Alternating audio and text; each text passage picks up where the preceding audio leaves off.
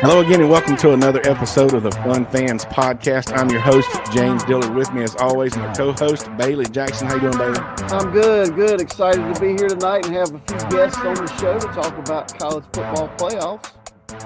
We're going to introduce our special expert panel. It's an expert panel we have with us tonight to talk about the historical 12-team college football playoffs. Congrats to the Ohio State Buckeyes. But, it was cool seeing Clemson in that little poll every time they put the brackets up there through the whole playoff thing. That was pretty cool. But we have a great show, and like I say, with experts. If they're on our show and we're calling them experts, that means they're experts. But first, the Fun Fans are a proud part of the Greenville Sports Media's podcast network. If you're a true sports fan, Greenville Sports Media is perfect for you. Find various nationwide podcasts, the latest articles, and other sports media at greenvillesportsmedia.com. We can also be found on all forms of social media, just like the Fun Fans. Fun Fans Podcast is the official podcast for Clemson fans. And you don't have to be a Clemson fan, but you can eat at Reuben's Food, Sports, Spirits, and Catering for the best wings around. There's two locations in the upstate of South Carolina, 1083 Batesville Road in Greer or 11028 Anderson Road in Piedmont. You can find them at RubensC.com. Rubens is a great place to eat for all sports fans and a proud supporter of our podcast, and we thank them for that. Yes, we do. We also thank Ivy O'Sullivan Healthcare Services. At Ivy O'Sullivan, they're more than just chiropractors. Since 1977, this family-owned business located in downtown Spartanburg has been helping people with techniques other than the typical twisting and popping that can sometimes make people nervous about trying a chiropractor. I've been a patient my entire life. I have an appointment tomorrow. I take my own children there as well. If you have an ache or pain, give Ivy O'Sullivan Healthcare a try. And if you mention the Fun Fans Podcast, they will donate 100% of your initial evaluation costs to their charity of the month. So call them at 864-583-3967 or find them at ivyosullivan.com to feel better and function at your best. All right, so here we are, ready to introduce the folks we have with us tonight. All right, so I'm going to introduce Rusty, and then we're going to talk about why they're on here. So we try to get a variety of folks on here with a background. We're waiting on one more guest. Hopefully he pops on. But Mr. Former coach, what you're always a coach, Rusty Pemberton is with us this evening. You can see his Ohio State Buckeye shirt. And he's going to give us the well-rounded fan version because he's a true fan, and I've known him for years, and he really is a true fan of both Georgia and Ohio State. And we'll get him to tell that story here in just a second. Our other guest is a former Clemson player, Nelson Welch, who was a kicker for the Tigers back in the day. So obviously being a player, that's an expert if there ever was one. And of course, Bailey and I, we're experts, right, Bailey, on college football, if there was any. Yeah, this is our podcast. We can be experts at whatever we want to. That is correct. And hopefully we have one more, like I say, that's got some work background at the college athletic arena. So if he joins us, we'll get Bailey to introduce him, and we'll go from there. But real quick, so I'm gonna go back to Coach Pemberton first of all. So tell us how in the world again that you are both an Ohio State and a Georgia Bulldog fan. Right. Well, I'm from Ohio, so you from Ohio, you're a Buckeye fan, right? I came to the South to go to school, and they were, people around me during football season was telling me that I couldn't just pull for Ohio State. You're in the South now. You either got to be a Tiger or a Gamecock. It just so happened that one of my good friends was a Georgia fan, and he said, you ain't got to pull for either one of them teams in the South. You can pull for the Georgia Bulldogs. And so just to make everybody mad, I said I'm a Bulldog fan, and that was the years of Herschel Walker, and they won the national championship. So what a time to pick to be a Georgia fan. But my heart is a Buckeye. With the Buckeyes. And see, I know kind of like a lot of these South Carolina fans around here. They weren't South Carolina fans till Steve Spurrier started winning some games. Well, so I was about to say, see all that bickering between Clemson and Carolina, we might have pulled another fan, but no, he ended up going to the dark side down there with the Bulldogs. Yeah, well, like I said before too. Well, I do like Clemson, and I do like South Carolina. I pull for both those teams. I go to some of the football games at Clemson and Carolina. Just when they play each other, I don't watch that game because I'm, rooting against the team up north. Very good, very good. So we'll give Nelson a minute to introduce himself. Like I say, he kicked for Clemson back in the day. We've had him on the show before, and so we know where his allegiance was this year, and just general excitement about the playoffs. Nelson is being a Clemson fan, and we appreciate you being on the show. You guys, yeah, I became a Clemson fan because they gave me a scholarship. But my Clemson days go way back in the 70s. My parents got tickets, and I started going to Ibrahim soccer camp over there back in the day. And in fact, I remember when they were building the upper decks in the stadium. That's how old I am. And so great memories over there. Glad to see the Tigers get in the playoffs. Certainly win the conference, which allowed them really to get in. And I guess really Syracuse really helped them get in, helped them with the chance. But anyway, it was good to see the Tigers. And I thought they played a really good half, and unfortunately didn't play a full game. And Texas was just the better team that day. That's true. That's exactly right. And hey, I remember when those upper decks were going up. We were the first ones to sit in that north upper back when I think I was in about high school or so. But we're going to round robin this thing, and we're going to do what some people started doing before, like the playoffs just got started. And you turn the radio on, you listen to sports talk, and everybody's already critiquing the playoffs. And, maybe, being not true media, I said, we're going to wait till the end, and we're going to see how it plays out, and we're going to give our 2 cents worth. And we'll just go around, and everybody's going to have a chance to say what they would have done different, if anything. And we'll discuss from there. And hopefully we'll send this to the NCAA, maybe the committee, or if they're hiring all the GMs or whatever it is they're doing in college football nowadays. But I'm going to go first just to be a good example, hopefully, for everybody. Now, personally, I like 12 teams. I think 12 is a good number. Could get into, historically, there's probably too many. There's, you get in the top 5. In college football, it's usually they're grouped up in there in the top 3, 5, maybe 6 or 7. But I think just to give folks a chance, we've all lived through the Boise State versus Oklahoma Fiesta Bowl days, and the Central Florida versus Auburn and going undefeated. So you throw 12 in there and some conference champions just to give them a chance so everybody can say they had a chance. So I like the 12, and I like the way it's set up. The only thing that I would change personally would be if I would base the seeding on the ranking, okay, instead of jumping conference champions up to the top 4 seed. But what I would do to reward the conference champion, because I feel like you have to reward the conference champion. If you don't reward the conference champion, there's really no sense in playing the game. And of course, there's talk out there about all kind of crazy stuff going on with that, but we would be on here forever. That's not what we're going to talk about tonight. But the conference champion would get the home game. So they get seeded, and the conference champion, like Clemson, Clemson bumped a team that was in the top 12 out. So I like the way they did it. I like the way they chose the 12 teams, but I would seed based on the rankings. So 1 through 4 would be the top 4 teams based on the rankings, but the conference champion, wherever they fell in the seeding, if they didn't get the bye, they would get a home game. All right, so this is what I mean. If that would have happened this year, Oregon was number 1, Georgia number 2, Texas was ranked number 3, and Penn State was number 4. Those were the top 4 teams coming out of the final ranking. They would have gotten the byes, and then the first round games would have been number 5 Notre Dame versus Clemson, because Clemson, by winning, would have jumped into the playoffs, and Notre Dame would have had to come to Clemson because that's their reward for winning the conference championship. Ohio State would have had to go to Arizona State, even though Ohio State's number 6.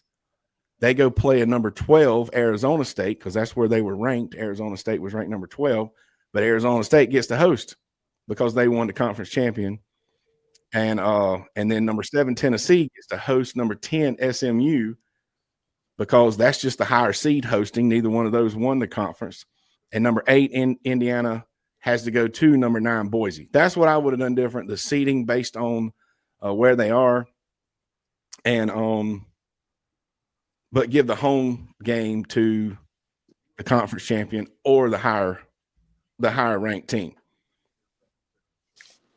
too confusing. You think that was confusing? That was worse than it was. Hey, Brian. Yeah, well, James likes to make things a little more jumbled up sometimes. So if you want to, we'd like to welcome Brian Dillon to the program. But I will say this: I like the idea, James. I like the fact that what we've talked about on this program many times, that they're kids playing these games. Everybody likes to put all this pressure on these guys, but they're really just big kids that are playing college football. And so you could have a bad game. Yes. And you can still get in the college football playoff. But at one point, Clemson still had a chance to be one of the top 4 seeds, and I don't think that would have been correct. Okay, because they backdoored into the playoff, and they kind of got the seed they deserved based on what they had done throughout the season. But I do like the fact that, maybe it needs to be reshuffled after the first round. Like the NFL does that. Why couldn't college football do that? I think you need to reward the top 4 teams and say, y'all are the top 4 seeds. But then if you were a conference champion, yeah, you might be the 12th seed, but you get a home game. Mm-hmm. But then it's going to be reseeded after the first round. After that. And then possibly done by geographical location based on where you are and where that bowl game is you would go to. All right. Real quick, I'll introduce Brian Dillon. He hopped on here. Brian is the athletic director at Nation Ford High School. He is also a Buckeye. We have 2 Buckeyes on here right now. Oh, wait. And so the Buckeyes are happy, but Brian also has some collegiate experience working in college athletics. And so welcome to the show, Brian. Better late than never. Thank you, baby. Yeah, my apologies putting Blake to bed, and wanted to make sure I got on here, but I appreciate you having me join it. And Brian was actually at the national championship game. Oh, nice. I was in Atlanta. I didn't make it. Those prices skyrocketed the morning of, but we tried to get in. But once they tripled in price after 9 a.m., that was all she wrote. Wow. Gotcha. Well, who wants to go next? Those are my suggestions. I was vulnerable. I'll go because number one, James, when I coached you way back in the day, you kind of learned a little bit of something, I think. You're on target with what I was thinking. I do like the 12-team playoff system. And to me, it does, like you were saying, it does get the 5 or 6, excuse me. It does get the 5 or 6 best teams. Mm-hmm. When you were at 4 teams, you might have missed out. And like you said before, Ohio State would have not been in the 14 playoff, losing to Michigan and losing another one earlier to Oregon. So I think you get 5 or 6 of the best teams in there. The thing that I don't agree with is the seeding that you talked about. I think, if you are a conference champion, you get in. And then let the committee, they're smart people, let the committee decide 1 through 12. Mm. And then you're right, take the top 4, they get the buys, and still based on seeding is your top other 4 teams are home seed in the playoffs. I just I don't think you need to add any more. You add more and you might water it down a little bit and have more blowouts, maybe non-competitive games. But I do like the 12-team playoff system. I do like the automatic berths for the Power 5 schools. Don't necessarily agree that they got the bye, but I like the 12 playoff system. So that's pretty close. Yeah. Well, I'll give you my opinion. I'm kind of all over the place, just being a former player. Obviously, more football is good. I would like to, honestly, there's a few things that I liked. I did like the home games. I thought that was awesome. And the atmospheres were great. I feel like that would be more home games would be cool to me. And I do like the fact that if you play an extra game, then you win, you should be, granted somewhere obviously in the playoffs, but also maybe even up higher because you've played an extra game. And I wouldn't mind even seeing a play-in game like they do in basketball. And not that would get those winners in the 12, but you could do that. With the buys. So I'm kind of all over the place. If you're going to go to 12 and mix it up, it's all about viewership. It's all about eyeballs on TV. And heck, we're paying these players a lot of money. So more games, they got to earn their money. So that's right. Yeah. If I wouldn't tweet it too much, but again, one of the things I really liked was the home games. If you had 2 rounds of home games, I thought would be really cool. But then you're breaking up the big bowls, and those are massive dollars. But anyway, I enjoyed it. I thought this first year was really good, and with all the other guys, what they're saying is really be competitive on how you seed and really get the matchups, regional matchups. Oregon and Clemson, that wouldn't be that'd just be hard for a fan. You got to get the fan back in this thing too, where kids and parents can go to games, and more regional games, more closer games you can have, I think will be beneficial for long term. Yeah, there's a lot of talk out there about the geographics, and maybe when it comes to picking, once they start going to the bowls, when Texas played in the Cotton Bowl, that was like a home game to them, whatever. I 100% agree. The home game atmosphere, I went to the Clemson game in Texas, and it was great. It was, and especially for them, it was really great, but it was a really cool experience. And there's talk out there about doing that as well. But, getting the seedings and the matchups and all that stuff right, and if throwing geographics in there would be, that would make it even more difficult for sure. A lot of variables. Yeah, I don't think I would agree with the geographic aspect of it within the playoffs. I think once you get to that point, and I know we want to be able to have as many fans attend these as possible, but once you get to the playoff, I think you just have to go with some sort of format that matches up the best teams. And once you try to get into geographics like college basketball's NCAA tournament, then you can kind of get away from trying to get your top teams what they've earned. I did feel for Oregon, they ended up with the toughest because of having the 2 that jumped into the top 4, Boise and Arizona State. Because of that dropped down Tennessee, Ohio State a little bit further and put that in with them. Whereas, when they go undefeated throughout a regular season, they ended up with what would have been the 2 toughest to match up with most likely. And so, that made a big difference. But I do like the idea of another home game. I think those teams that earn those buys, some sort of home game would be really good for them, because all 4 of them lost. And that was either rust or neutral site. But I think earning those top 4 spots has to mean something. Or they lost because the seeding was, right, not necessarily proper. Let's just say right. The home teams won. Tell me if I'm wrong, but when in the first round, all home teams won, and then in the next round, every team that had a bye lost. Yes. Yeah. Yeah. So that was kind of crazy. All right, Bailey, I think you're it. Well, I gave you my 2 cents worth. I can fix the conference championship dilemma using a middle school model that our middle schools follow sometimes. Keep they it have simple. 2 divisions, East and West, and at the end of the year, they build in the last regular season date is a East versus West. Number 4 in the East plays number 4 in the West. Number 3 plays number 3.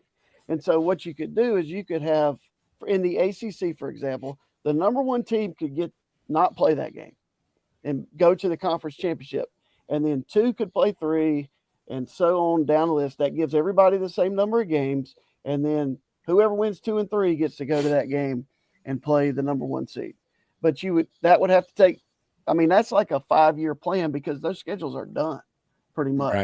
Right. But the idea that you would sit out your conference championship game because if you lose, you might be out of the playoff. That, to me, that doesn't seem like the the intent of the conference championship. Well, and anything that is done within a conference, because it came out earlier this week where Phillips with the ACCs proposed something that seems weird and off the wall, but sounds similar to what you just said. But if a conference, if we're talking about a 12-team playoff and how it affects getting into the playoffs, it's really, unless they all do it, it's not, I'm going to use the word fair. Nothing's ever fair, but it's definitely not balanced. If one conference does some quirky thing and the other 4 or 5 are doing what they've always done, right? Yeah, I mean, the only thing I would say is that eventually in 20 years, we may not have any conferences. Word. And we may just have, you create your own schedule and you have an RPI and a ranking, and that's who makes the playoffs at the end of the year. So instead of everybody talking Notre Dame into joining a conference, it's going to be the other way around? Yeah. As long as you can get your own television deal with NBC, you can be, you can survive doing that. You can do whatever you want. Well, all right, so it kind of sounds like we don't really have it figured out, guys, unfortunately. But, that's not a surprise. Well, things complicate things. It's fun, but, it's just so many variables. The 4-team playoff, I think, was you took the top 4. But then you go, you're going to leave somebody out. And you're going to leave somebody out in the 12 too. But well, you're going to leave somebody out if you go to 16. There's always going to be that debate. They're going to say, whenever the cutoff is, who's the next team? Well, let's just be real. And right this year, Ohio State they were ranked 6 in the last rankings. Anybody goes past about 7, I don't see anybody going outside of 7 or 8. Anyway, that's a different conversation. But yeah, that's what I was saying. I think with the 12 team, you're going to have your 5 or 6 or 7 best teams in it. Right. And yeah, that's what I liked about the 12 team. You don't need to go more than that, I don't think. We say that now, but as if parity continues to increase in college football, it could be like the NFL, and we could be wrong. But the most important thing on this show is the fan experience. So I love the home games, and if they change, the real powers that be change something, more home games would be awesome. And we definitely got to hear from Brian about the experience at the game, even though he didn't make it inside, because we understand you're a public educator, and we can't afford the fries at the game, probably much less the ticket. But what was it like in Atlanta? There was a lot of energy in Atlanta. Both sides were very well represented, and there were probably as many fans outside of the game trying to get in as there were that went to the game. One of those cliches sometimes, but that was probably very accurate. So trying to get in there, the fan experience was fantastic. Trying to do a lot of those things, going through the convention center right across the street. They had a pregame thing that was right in the Home Depot area, right off the stadium. And there was so much energy that was going on. They had both bands perform prior to the game. Lots of fans there all throughout the day. So just a lot of excitement all around the area from both sides. And it was a great experience. A lot of interactions, a lot of really good interactions from both sides. Both fan bases were very mutually respectful. I'm sure as the day wore on, it probably got a little crazier, but you talk about the price of food. It was actually probably more expensive in those fan experiences than it was in the stadium, because over at Mercedes-Benz, they do that fan experience thing where they try to keep those prices low. And I did see some numbers of what concessions were inside the game, and they were very affordable. That's one of the things that they do really well at Mercedes-Benz Stadium, whether it's for the Falcons or Atlanta United or concerts. They often do really well with their concession prices. Well, that's nice of them. That would be nice. $4,000 ticket. We greatly appreciate that. But no joke, that is good. Bailey, you realize we've had a guest that was been at the national championship. This is 2 years in a row. Last year we had the Owens family, Coach Bill Owens. Some of you guys know him. His family was at last year's Natty. This is becoming a thing. Look at there. It's almost like a real show.